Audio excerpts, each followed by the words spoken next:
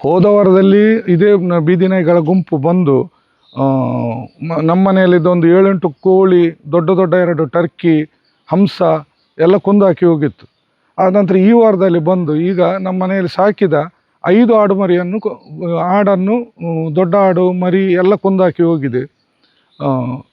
ಬೆಳಗಿನ ಜಾವ ಬಂದು ಅದು ಯಾವುದು ಸ್ವರ ಕೇಳಿ ನಾವು ಹೊರಗೆ ಬರುವಷ್ಟರಲ್ಲಿ ಒಂದು ಮರಿಯನ್ನು ಎಳ್ಕೊಂಡು ತೋಟಕ್ಕೆ ಹೋಗಿತ್ತು. ಅಲ್ಲಿ ಮತ್ತೆ ಬಂದು ನೋಡುವಾಗ ನಮ್ಮ ಹಟ್ಟಿಯೊಳಗೆ ಬಂದು ನೋಡುವಾಗ 5 ಆಡನ್ನು ಕೊಂದಾಕಿ ಹೋಗಿದೆ. ಅದು ಮತ್ತು ಇಲ್ಲಿ ಬದಿಯಲ್ಲಿ ಸರ್ಕಾರಿ ಶಾಲೆ ಉಂಟು, ಅಲ್ಲಿ ಅಂಗನವಾಡಿ ಮಕ್ಕಳು, ಚಿಕ್ಕ ಮಕ್ಕಳು ಎಲ್ಲ ಹೋಗ್ತಾ ಬರ್ತಾ ಇರ್ತಾರೆ.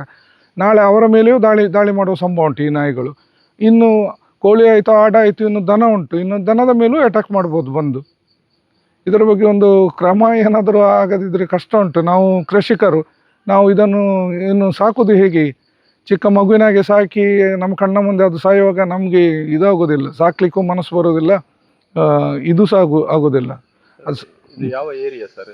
ಇದು ಅಚ್ಚಡ, ಕಟ್ಪಾಡಿಯಲ್ಲಿ ಅಚ್ಚಡ ಮಲಿಜುಮದಿ ಸ್ಥಾನದ ಹತ್ತಿರ ಮನೆ ನಮ್ಮದು. ಬೀದಿ ನಾಯಿ ಬಗ್ಗೆ ಈ ಬಗ್ಗೆ ಪಂಚಾಯತ್ಗೆ ಏನಾದರೂ ದೂರು ನೀಡಿದ್ದೀರಾ? ಪಂಚಾಯತ್ ಹೋದ ವರ್ಷ ನೀಡಿದೆ, ಈ ವರ್ಷ ನೀಡಿಲ್ಲ. ತುಂಬ ಬೀದಿ ನಾಯಿಗಳು ಗುಂಪು, ಒಂದು 12-15 ನಾಯಿಗಳು ಗುಂಪು ಕಟ್ಟಿಕೊಂಡೇ ಬರ್ತವೆ. ನಮ್ಮ ಮನೆ ಅಂತಲ್ಲಿ ಸುತ್ತಮುತ್ತ ಕೆಲವರ ಮನೆಯಲ್ಲಿ ಇದ್ದದ್ದು ಕೋಳಿ ಗೀಳಿ ಎಲ್ಲ ಆಗಿದೆ. ಯಾರು ಕೋಳಿ ಅಂತ ಯಾರು ಪಂಚಾಯತ್ ತನಕ ಹೋಗಲಿಲ್ಲ, ಕೋಳಿ ಅಲ್ಲ ಅಂತ.